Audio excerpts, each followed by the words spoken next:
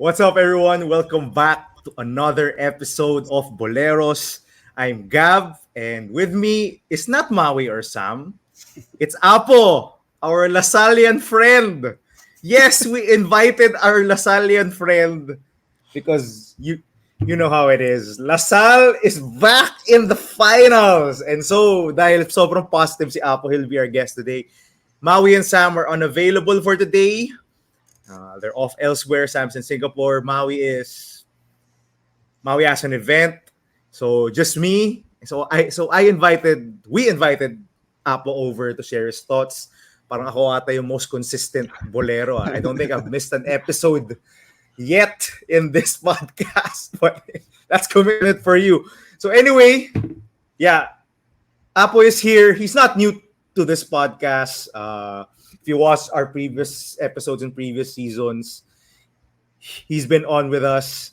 We like him because when we tease him about Lasal, hindi siya napipikon. Hindi siya napipikon sa pag inaasar namin sa sa Lasal. But now, si Apo na nang-aasar sa amin dahil the results are out and the Final Four is done. Ateneo lost to UP, so UP is in the finals, and up against UP is Apo's alma mater, the De La Salle Green Archers, demolishing the NU Bulldogs in the Final Four. I think the final score was 97-78. Tama ba, Apo? Yeah, it's 97-73. 97-70. Oh, sorry. I gave NU I gave NU 5 more points.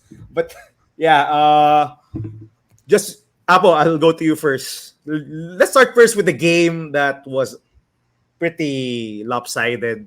The NU LaSalle Final Four matchup. Apo, your initial thoughts on that game? Okay. First, for the LaSalle side. For the LaSalle side. Okay. Yeah, okay. Well, yeah, again, thank you for inviting me back. Good to be back here sa Boleros and sa finals. Yes. So, yes, for LaSalle, well, yeah, it was one of the best games na nakita ko. I mean, bilangin pa natin yung past few seasons. I mean, this was a very impressive, lalo na yung third quarter. And I think for this season, this was the first time na yung Big Four, alleged Big Four namin, led by KQ, Nelly, Mike, and then Mark Nonoy, all performed like to their potential talaga. As in, lalo na si Mark Nonoy. Well, you called this, Gab, from your previous episode. Yes! Yes! Oh my God. I think ever since I said na siya yung comeback player, he scored in double figures every single game. Yeah. Nanonood si Mark Nonoy ng Boleros, pare. Kailangan nito ng parang sports science study. Parang, what happened to Mark Nonoy after... Yeah, I think Pong Ducanes had a stat. Yung first 7 games ata niya had 64 points. And then past 4 games niya, naka-70 na siya. It's like, very... What? Talaga? Yeah, past 4 games, 70. Oh. That's amazing. The Mark Nonoy na in-expect talaga ng LaSalle when we had Nelly, Mark Nonoy na recruit sila sabay. Ito talaga yung in-expect namin. So yeah. All right. Yeah. I agree, man. A total all-around effort from LaSalle a while ago. I said this prior to going to the Final Four that Mark Nonoy is going to play a big role, mainly because his three-point shooting kind of opens the floor for the rest of the team. Guys like Kevin Kiombao can run pick and roll. Mike Phillips can dominate inside the paint, and it opens up the lane for guys like Nele as well. One thing na na-observe ko, Apo, kanina was yung size ng LaSalle really played a part in building that big lead. For the most part, si Omar Ja... Yeah, Omar Ja was first 5. It was KQ, Cortez, and Mike Phillips pa lang. Yun pa lang. Overwhelmed na agad. Yeah. That pa lang. Yeah. I agree. I was even surprised that Coach Topex rolled out that starting 5 of yung Raven Cortez, Mike Phillips, and KQ. But it worked, no? I think this is a testament to KQ's skill na he Yes, doesn't have to yes. play power forward. Diba? And he can play in the wing. And in the uh, first half, I thought that NU would not have been in this game if not for Kian Baklaan. Because Oh, honestly, they turned the ball yeah. over Oh so my much. God. Kian Bakla. Diba? The shots that he was hitting Watching just that to get live, to, grabe. As in, yung nakahanap niyang angles for his drives, tapos as in siksik talaga, and then even yung passing lanes, ang hirap makita ng mga ganun. Tapos, yeah, even with the Lasal size, lusot eh, lusot yung layups niya eh. yep. Uh, yeah, in the first half, it was a Kian Baklaan show. I thought that NU's turnovers really did them in. Ang sloppy nila eh. And this is how they've been. Well, we'll get to NU later anyway. But yeah, they were sloppy in the first half. But I liked how Lasal came out in the second half with guns ablazing. It's just KQ and Evanele getting into the paint and kicking out the shooters. I thought aside from Mark Nonoy, who scored 20 points, and I think how many threes did he hit? 4 3-point shots. I think majority of them came in the second half. Escandor also hit Yes, some tough yes. threes, diba? Out of a lot of Evanele kick outs. I'm missing some other players. Kevin Kiambao did not hit Yes. hit two threes as well, as long as, and also si Evanele. I think si VJ David also hit a three in the first half. So yeah, para sa akin, that's the biggest thing, no. When LaSalle starts hitting their threes, they can start getting inside and working in the paint. And yun nga, as I said, Omar John was kind of useless.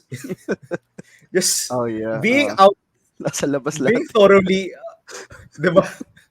He could not get anything to go. He was thoroughly outplayed by Phillips and even Raven Cortez. What did you observe from Raven Cortez? Ako, I liked how he played. He didn't score a lot, but I thought he was very active, uh, protected the paint, and also was very effective yung being that outlet yung inside the paint for Kevin Kiambao and Mike Phillips. Apo, what did you observe from Raven Cortez? Ay, very efficient, Raven Cortez. As in sinasabi ko to sa friends ko, he's like a Boban Marjanovic. Parang minsan maiikli lang yung minutes niya, pero sure kang maka-score siya, meron siyang rebounds. Well, he has defense compared to Boban. Ayun, he even had this parang offensive rebound, tapos nag-no-look siya kay KQ ata yun. Very nice play. Yeah, we love Raven Cortez. Yeah, and that's been the biggest rotation decisions that's been made by Coach Topex since the second round, no, or since the UE game in the second round was to play Raven Cortez more over Bright Noanco.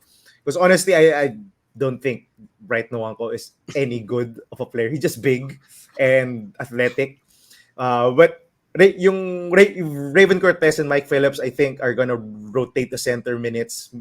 Maybe you'll see a little bit of Bright Noanco just to spare some fouls on Malik Diouf in the finals. But yeah, Raven Cortez and Mike Phillips just dominated the inside against NU. What other things did you observe, Apo, that led defensively that led to this win over NU? Yeah, very grabe yung very scrappy defense. I mean, minsan hindi man lang umaabot ng NU to set up their offense talaga. As in, bago after mag-cross sa half court, turnover na eh. Well, I think part of that NU na rin may kasalanan, pero yeah, especially that third quarter. Tapos yun na, natumbakan na talaga. Yeah. Again, no, the LaSalle defense has really changed. Apo, I think you would agree with this. The start ng season, they were pressing a lot. Yeah. Full court press all the way. Now they're content with just doing it in the half court. I thought Coach Topex did a good job employing that zone in the first quarter. They were playing zone with with Mike Cortez tuloy. Mike Phillips on the wing in the zone, just being disruptive, just having that length. At yung yung big lineup nila, Cortez was in the middle, and it was KQ and Mike Phillips on the wings of the zone, Yeah. just disrupting all Too NU disrupt. actions. Yep, Masyadong mahaba. that length.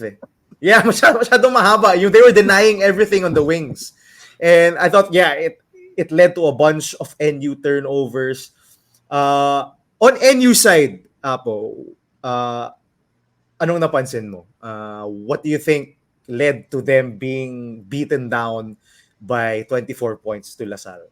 Honestly, it's a bit disappointing to end the season for NU. Anyway, Apo, Yeah. anong Ayun. realize mo?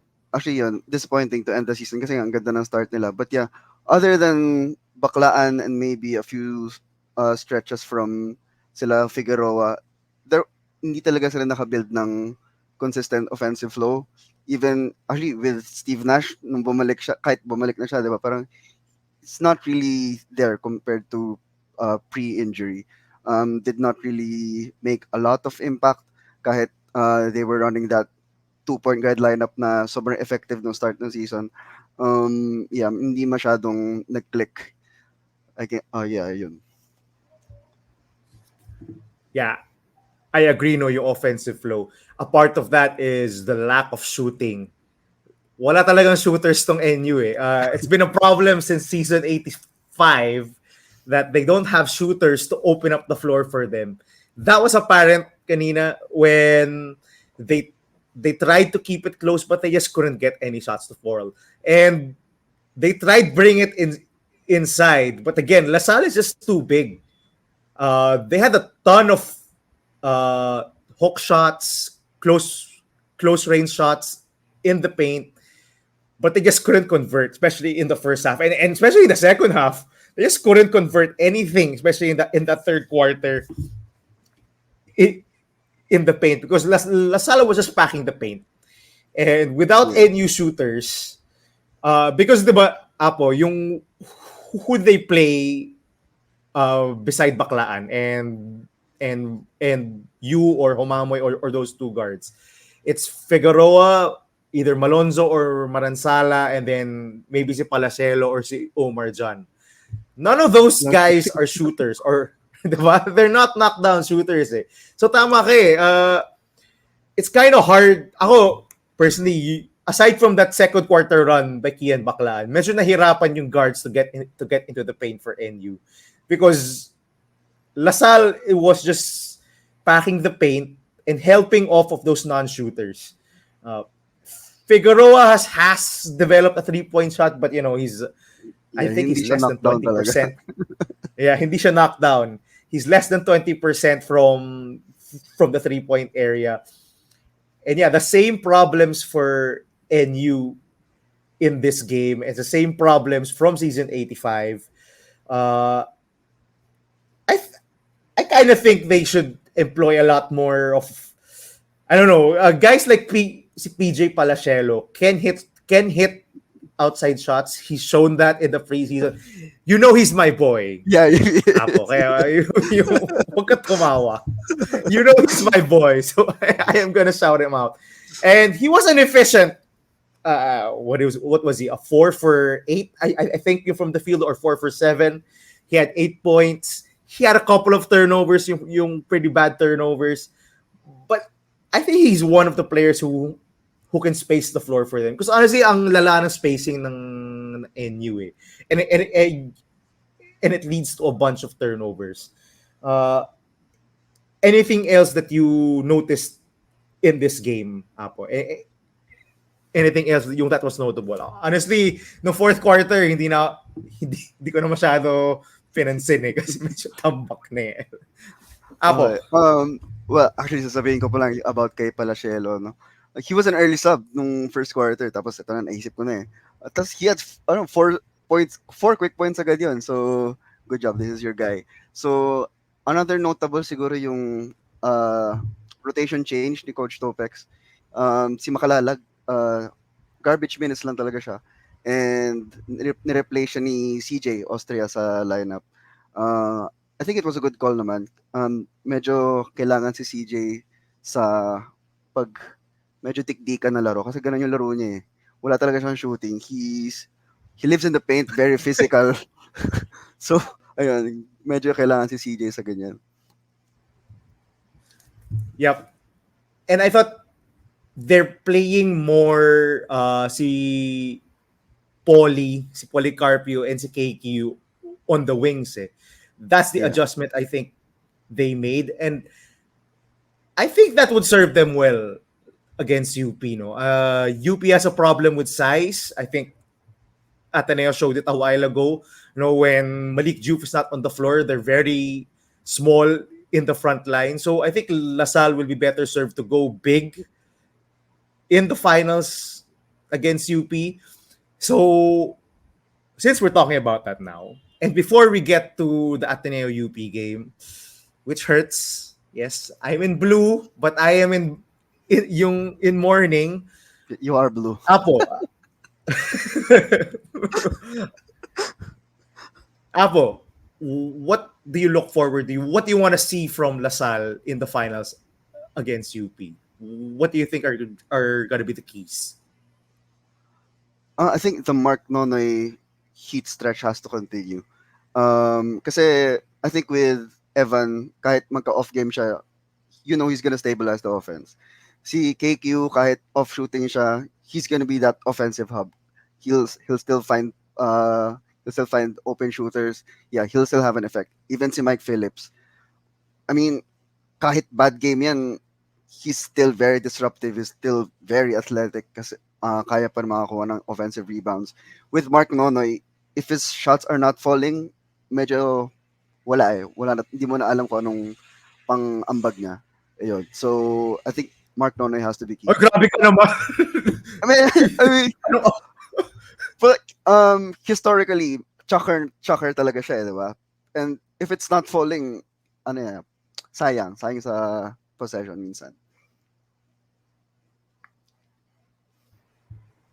All right. So Mark Nonoy is going to be a key for you. And I tend to agree, no, that he's that guy who can give secondary offense and even tertiary offense for LaSalle. And as I said, opens up the floor. When it's a good Mark Nonoy game, I think it's a good LaSalle game in general. So we'll cover the LaSalle UP finals in a separate episode. Now let's go to the game that I don't want to talk about, but I have to talk about, and it's the Ateneo UP game. UP won 57-46, and they're back in the finals for the third straight season, and they're going up against the De La Salle Green Archers. Let's go first to you, Apo. Your initial reactions to the Ateneo UP game earlier. This is the exact opposite of the LaSalle NU game. Well, at least on LaSalle side. Sobrang low scoring game. After that first quarter, totoo ba to? 7-11. 7-11. It's like an intrams game. Ang hindi naglaro. Ayun. But yeah, it's not because bad game sila. It was just very physical. Very physical. Defense was top notch even with yung foul trouble ni Obasa. Yeah, but sobrang hirap kasi for Ateneo to win. They needed a perfect game. And may pag-asa dapat eh. I mean, Kuhn had a great game. Si Ian Espinosa had a good scoring game. I was surprised with that. But yeah, yung foul trouble ni Obasa, that was very huge.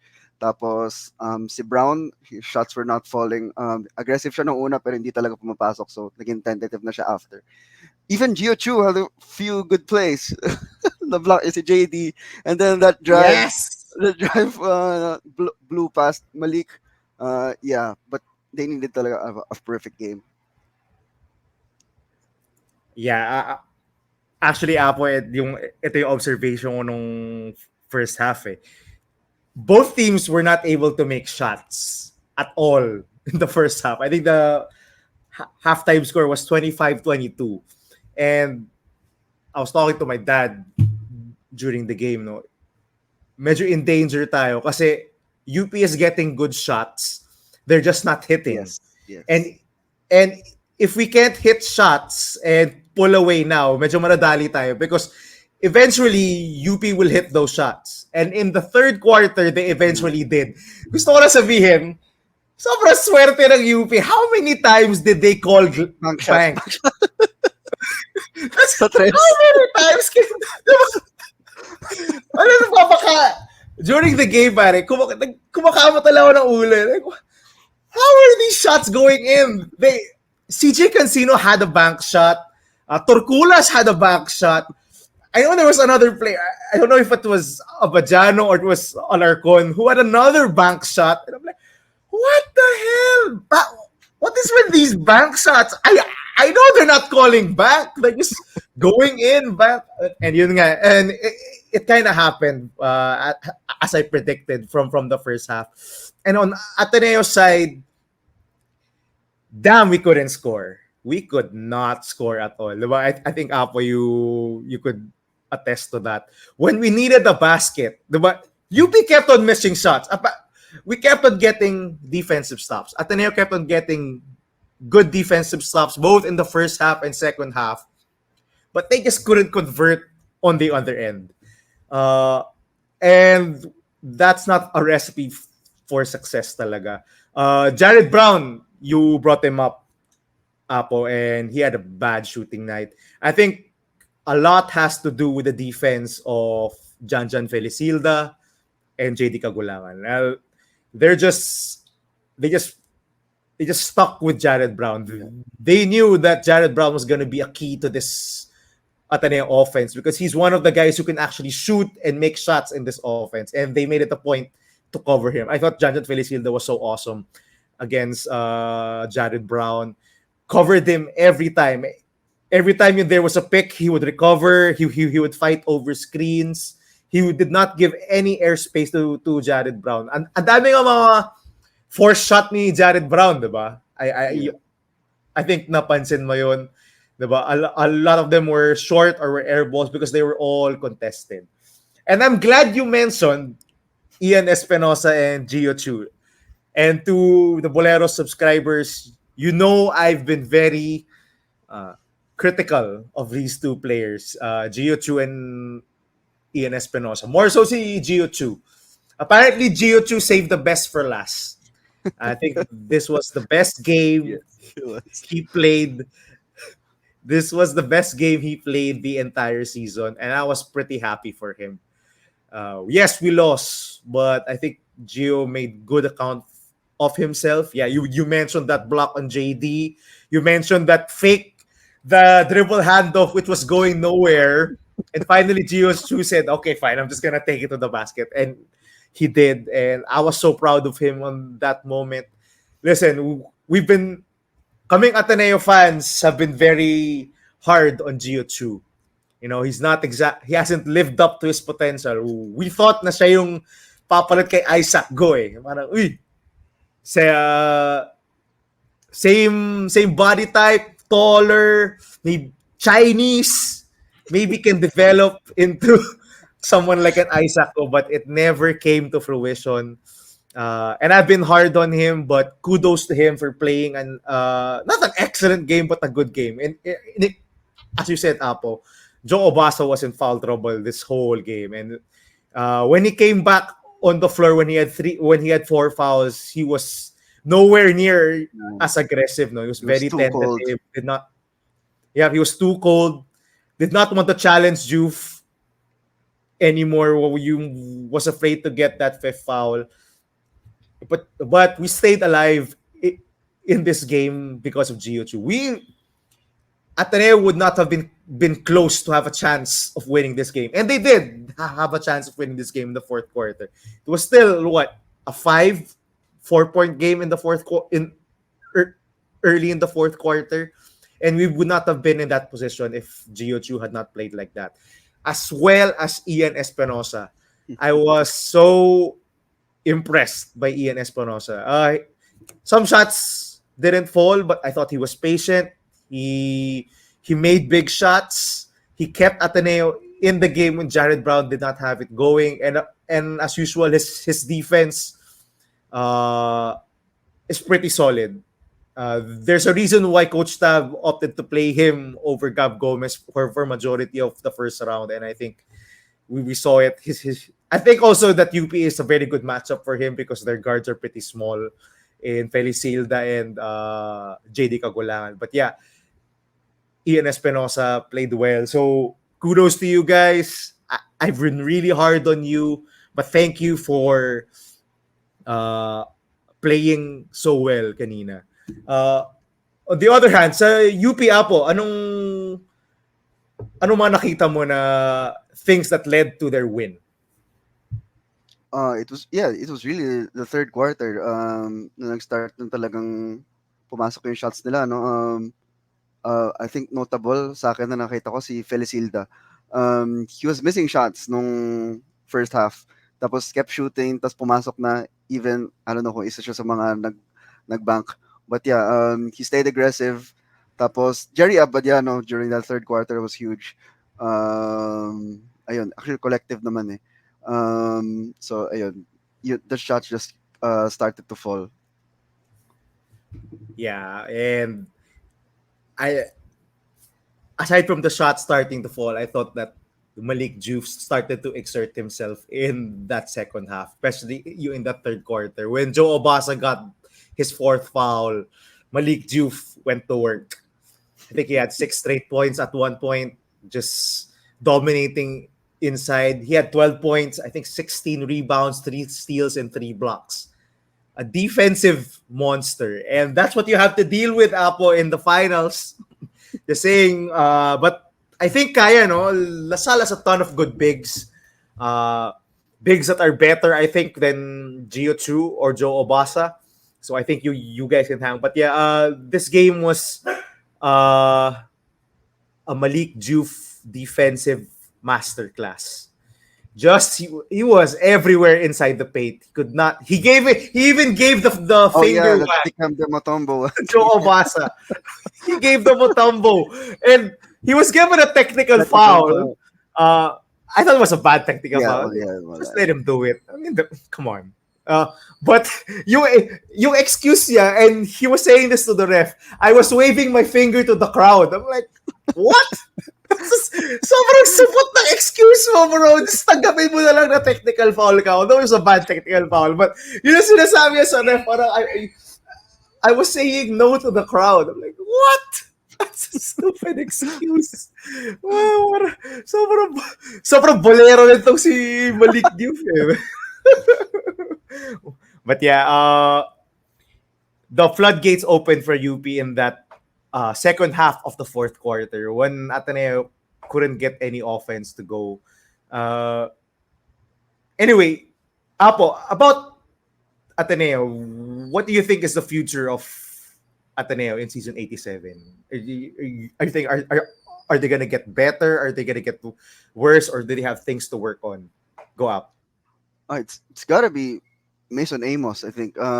If he could stay on the floor, it's gonna be very huge agad. Kasi this is elite shooting, elite offensive player. Even at his first year, that offensive bag is already deep. Tapos he's like what, 6'7", chunky guy. He has a post game. Yeah, he showed it kanina kasi hindi halos siya nabigyan ng test talaga kasi sobrang shadowed siya ng UP. But yeah, he went to the post. Hindi siya kaya nung umabantay sa kanya. He was just pushing his weight there. So yeah, it starts with Mason Amos. Not sure if Kai kung may playing years pa siya, but yeah, that he still has to improve. Kai still has one more. Yeah, sobrang dynamic kasi if ever nun. If they could play together, heavy minutes. One is an athletic forward, one is an elite shooting forward. So that's gonna be hard if ever, no? Yeah, I tend to agree with that. Maui and I and even Sammy have been pretty big on Mason Amos and Kai Balungay playing together. However, defensively, no, medyo mahirap silang dalawa if ipagsabay kasi hindi sila magaling on defense, especially si Mason, diba? palagi, you you see it with good teams when they run pick and roll, they always Target, yeah. call for si Mason Amos because if they get the switch kay Mason Amos, it's a pretty good play because you can break him down easily. He's not that fast on his feet. Pero I love what you said about si Mason Amos developing and staying on the floor because I think he's one guy who Ateneo can go to, who be the go-to guy. And we've been saying this the whole season. Ateneo doesn't have that Yes. guy you can go Yeah. to for a bucket. 'Di ba? Kayo sa Lasal ano There's you have KQ, KQ there's Evan. and and and Evanele. Sa Ateneo wala eh. You don't have that guy na ipapato mo lang yung bola and they'll make a play eh. Pero I saw something from Mason. See, when he was posting up, I thought, hey, you could use this. Diba? He's dominant inside. He's a big body. He can back down people. He can outmuscle people. And I was pretty happy to see that plays were being ran for him. I thought there were times na they should have gotten him the ball more. Parang nahihirapan sila mag-entry pass sa kanya. Oh, yes, yes. And, diba? And good of UP, especially Sean Terculas for denying those entry passes. Speaking of Sean Terculas, I thought he played a great game a while ago. Oh, yeah, he did. No? Yeah, after that bank three, he had the steal and a dunk. That was huge. Yep. And his defense as well and his activity on the glass. It's rare to see a bench player play well for UP. A bench backup forward play well for UP.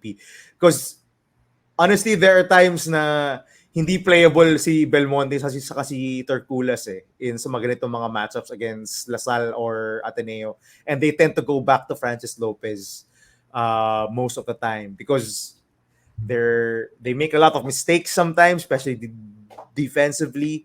And a while ago, I think Terculas made good account of himself. You know? Anything else you want to add, Apo? Yeah, also rooting for Ian Espinosa for continued development because he's a small guy. Reminds me of maybe Eman Monfort, no? Kasi medyo ganun yung itsura. But yeah, with Eman, he was able to stay on the floor, diba? Kasi ang tigas ng katawan nito, tapos he was a shooter. But yeah, Ian Espinosa, a lot of potential. Kasi Coach Tab likes him, so he sees in him. I don't doubt the basketball mind of Coach Tab. Kung may nakikita siyang something dito with Espinosa, there has to be something there. I agree, man. I was skeptical at first, no first round. Like, why is Coach Tab choosing to play Espinosa? He's so hard to watch on offense. But as the season wore on, I saw the way he played defense. I saw how hard he pressures the ball and how he keeps up with opposing guards. So I see it. I see a little bit about what Coach Tab. So ako para sa akin, pare, if he can develop some shooting and an outside shot, that would be big. Because honestly, he tends to go to the floater na hindi effective. Yeah, yung floater yan na hindi effective. And nung halftime, he was practicing that. He was practicing that floater. Now, kasi hindi pa rin pumapasok nung halftime. Parang, oh, damn, we're gonna have a rough day today. But, yeah, I totally agree. I think Ian, despite his size and his lack of shooting, does have a bright future. Again, Ateneo point guards never start well. To the Ateneo fans out there, remember we were hard on SJ Belangel when he was a rookie. He kept turning the ball over when he was a rookie. Kept missing shots, but ended up being the main guy in Ateneo season 84. You played the big part in the championship in season 82 and 81. So give Ian Espinosa some slack. I think some patience. I think he will develop. Jared Brown's still gonna be there next year. So yeah, this is a year of experience for Ateneo, and I think there's a bright future ahead. Again, we had 10 rookies, and we still made it to the final four, no? And I'm happy for that. This team fought. they they had big losses to Lasal, dalawa to FEU. Hindi pa rin ako makaniwala, pare. Sa 3 wins ng FEU, dalawa doon sa Ateneo. And then, but yeah, we made it to the final four. We gave UP a fight. And to UP, man, they're just Too so deep. talented and so Too deep. deep. Yeah, too deep. I mean, And hindi nga maganda yung laro nila CJ, but they still won convincingly. yeah, and tama no. Actually, si Alarcon had like what? Yeah, 3 Valde. points? Yeah, that haircut's JD. Did JD even score? I think he scored 2 points. Diba? I think that's all. That's all I can remember. But yeah, no big games from those two guards, and CJ Yung didn't score a lot as well, and they still won. That's how deep their bench is. But I think LaSalle has what it takes. I think they're both super talented and super deep. I can't wait for this finals. Starts on Wednesday, 6 p.m. at the MOA Arena. Di ko alam kung manonood ka, Apo. 6 p.m. sa MOA. Are you Oh yeah, watching? I'll be there. Yes, of course. Yon. Okay. So, Apo will be watching. Let's see. We are going to be previewing that matchup in a future episode of Boleros in between maybe Sunday or Monday. We'll be doing that episode with Sam and Maui. So for this episode of Boleros, thank you for coming on, Apo. It's a very late night galing sa Araneta, but thank you for coming on. And that's it for today, guys. Don't forget to like, comment, and subscribe. And on behalf of Maui and Sam, thank you. Masakit ang mga loob namin, but we're still happy we're getting a UP LaSalle finals.